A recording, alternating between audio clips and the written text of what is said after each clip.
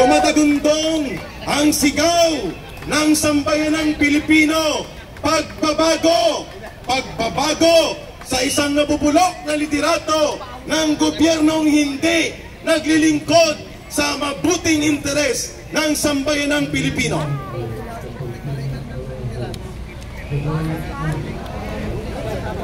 Sabi sa atin, tayo daw ay mga binayaran ng mga Duterte. Tayo daw ay mga pakawala ni Digong at ni Sara Duterte. Sinungaling! Diyan sila nagkakamali.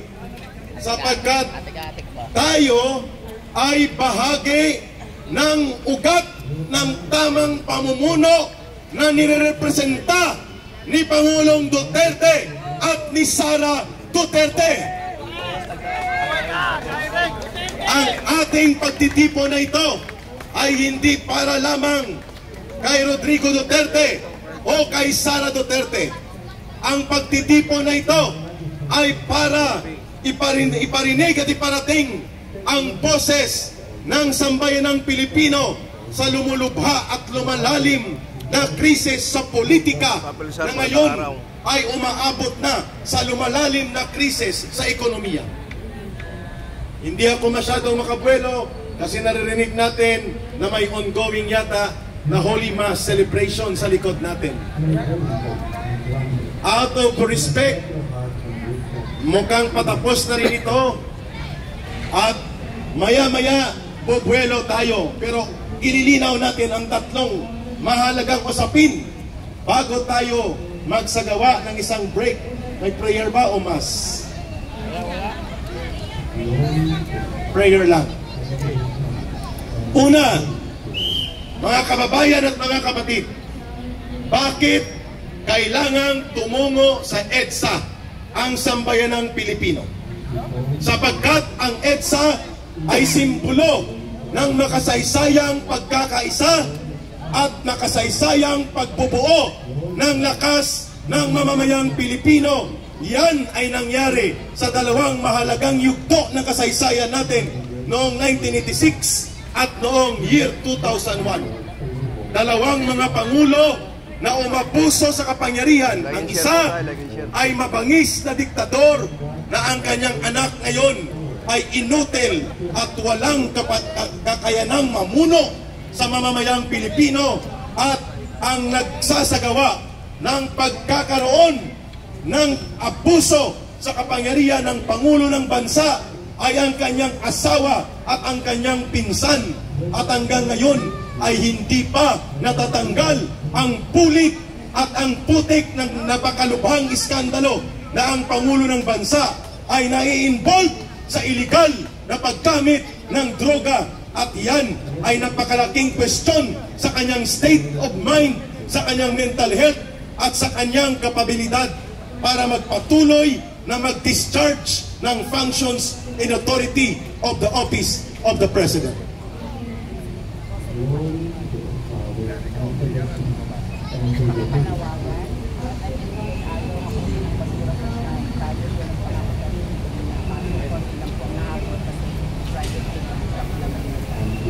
Oh, sige. I-announce ko lang mamaya. Later para ang flow of thoughts ko ay tuloy-tuloy.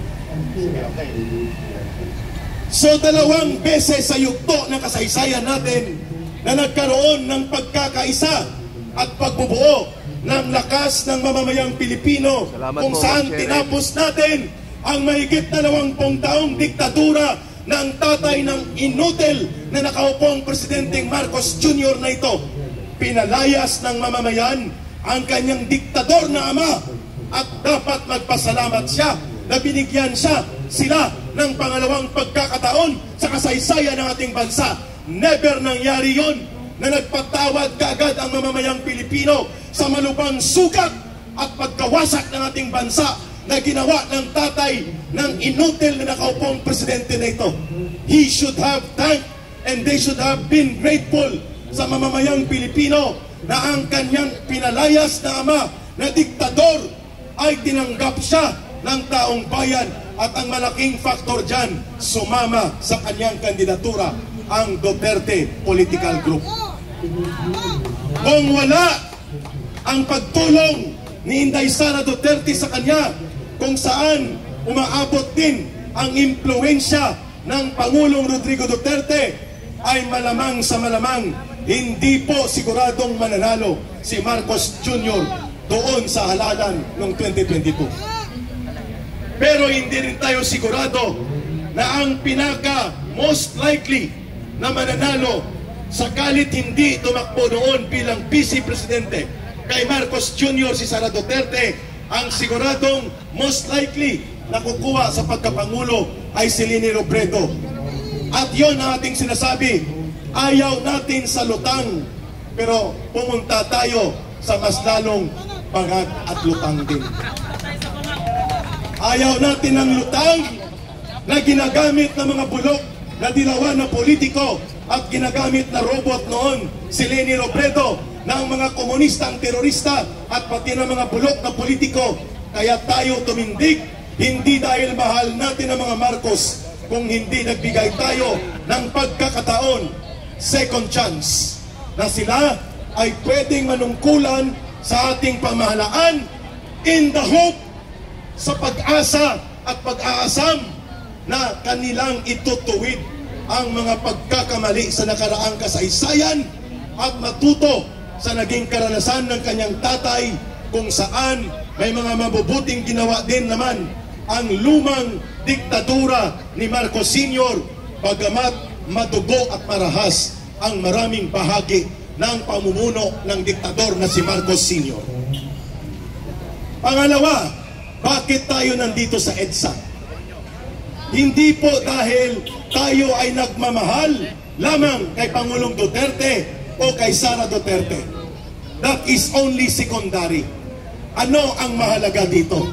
Bagamat nagmamahal tayo at rumirespeto sa uri ng pamumuno ng mga Duterte, ang pinakamahalaga kung bakit tayo nananawagan ng pagkakaisa ng mamamayang Pilipino sa EDSA sa pangatlong pagkakataon ng pagbubuo ng kasaysayan ay dahil mahal natin ang ating bansa at mahal natin ang ating mga anak na hindi pwedeng manatili na nabubulok ang gobyerno at walang gagawin ang mamamayang Pilipino sa gitna ng pang-aabuso at paglapastangan ng mga swapang at ganit ng mga politiko kagaya ng pinsan ni Marcos na si Martin Romualdez at ang kanyang mga alipores na mga buaya at puwetre sa loob ng Kongreso. Tama!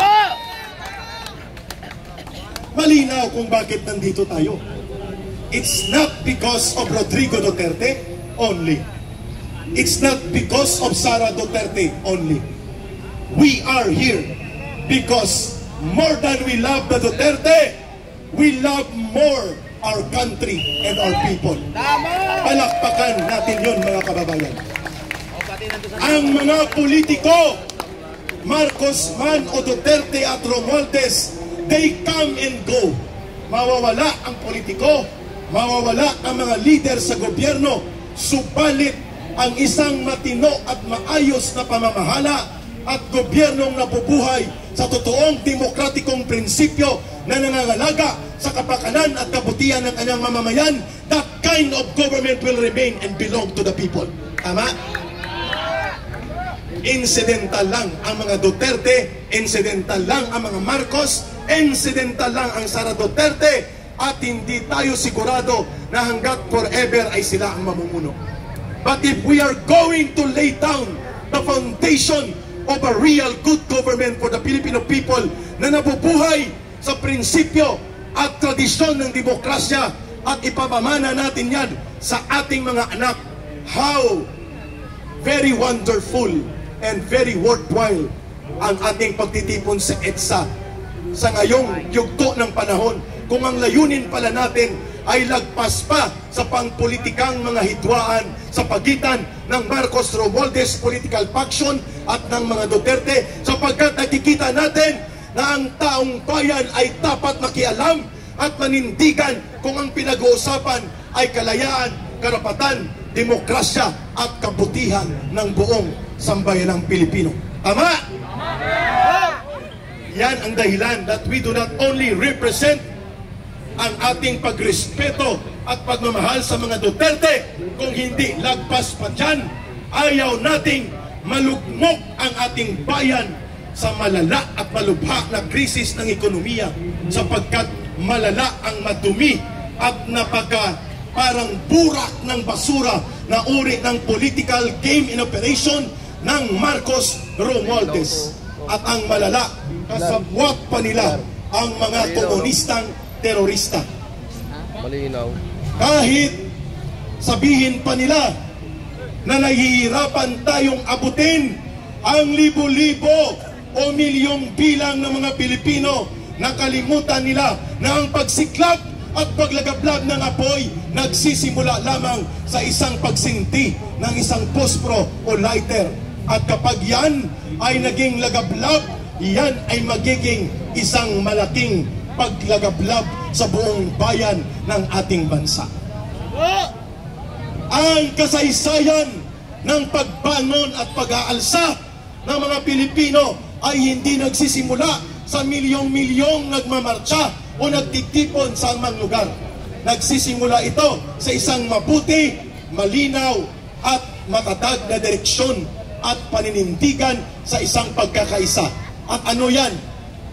Kung sa panahon ng kolonyalismong pananakop ng mga Espanyol, nagkaisa tayo para sa kalayaan, hindi po nagsimula ang revolusyon ni Andres Bonifacio at ng Katipunan, kundi nagsimula yon sa pagpukaw sa mamamayan.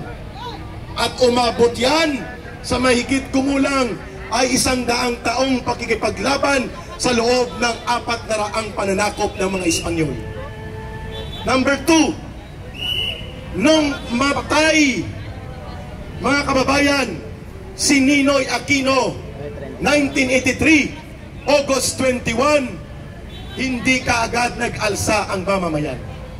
3 taon pa ang lumipas bago singilin, patalsikin at palayasin at sipain ng lupusan ng mamamayan ang diktador na tatay ni Marcos. It took that 3 years. Si Joseph Estrada was very popular bago maging popular ang isang Rodrigo Duterte. Ang pinaka-popular na nahalal na Pangulo ng bansa ay si Erap Estrada bago dumating ang phenomenon na Rodrigo Duterte.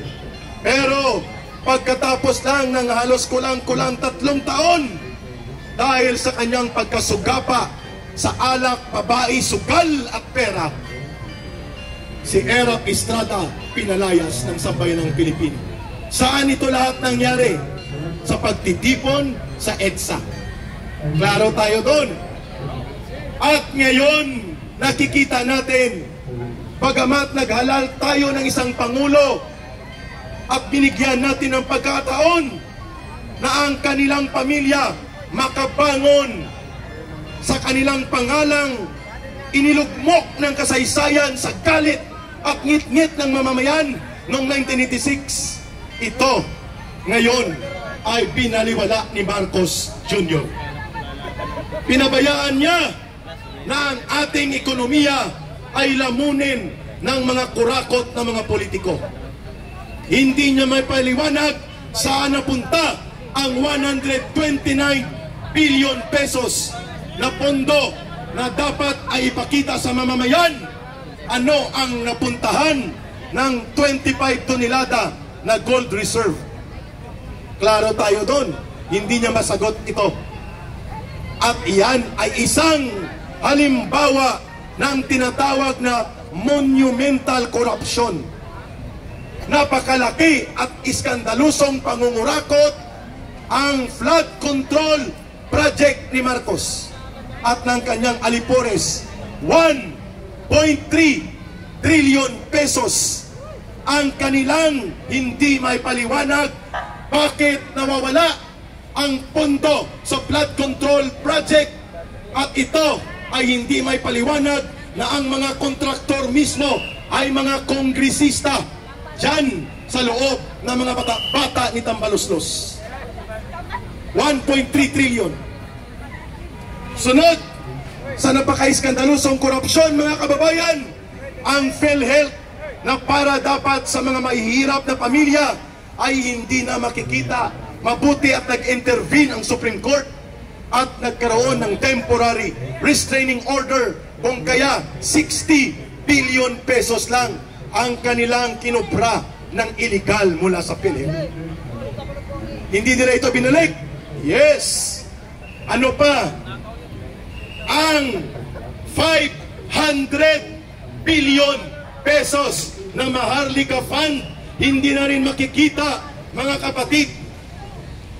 At ito, kalahati ng Maharlika Fund ay nanggaling, pakinggan nyo, nanggaling sa SSS, nanggaling sa GSIS, nanggaling sa Development Bank of the Philippines, nanggaling sa Land Bank of the Philippines. Therefore, napakalaki ng kasalanan ng gobyerno ni Marcos sa loob lamang ng 2 taon. Never seen before ang ganito kagarapal na pangungurakot, pangungulimbak at pandurubo sa kaban ng bayan sa gitna ng lumalalang kahirapan ng milyong-milyong mamamayan. Walang kahihiyan silang kumukuha at nagnanakaw sa kaban ng bayan. Yan ang dahilan kung bakit nandito tayo sa EDSA. Klaro? So hindi daw natin alam kung bakit tayo nandito? Uulit-ulitin pa ba namin ito? Hindi na! Uulit-ulitin ba ni Ka Eric ito? Every hour? Alam ng mamamayan na ang ating pagsasalita ay may batayan at may aktwal na kalagayan na nagbibigay ng patotoo. Hindi tayo nag-iimbento ng kwentong ito. At lalo na ngayon din ay lumalagablab ang panawagan ng mamamayang Pilipino na dapat magpa-drug test, hair follicle DNA type drug test si Marcos Jr. Otherwise, mawawala ang public trust and confidence sa Office of the President, at ang issue dito ay ang usapin ng moral integrity and competence, especially state of mental health of the President. Tama! Tama! Nasasaligang batas po natin na ang kalagayang pangkalusugan ng Pangulo ng Bansa must be open to public disclosure and must be an information that must be disclosed to the public. Ang pagkakaroon ng aligasyon at mga akusasyon that the President is involved in long-term, chronic na pag-abuso sa illegal na droga ay isang seryosong akusasyon that should be taken considered as an issue of health situation of the President.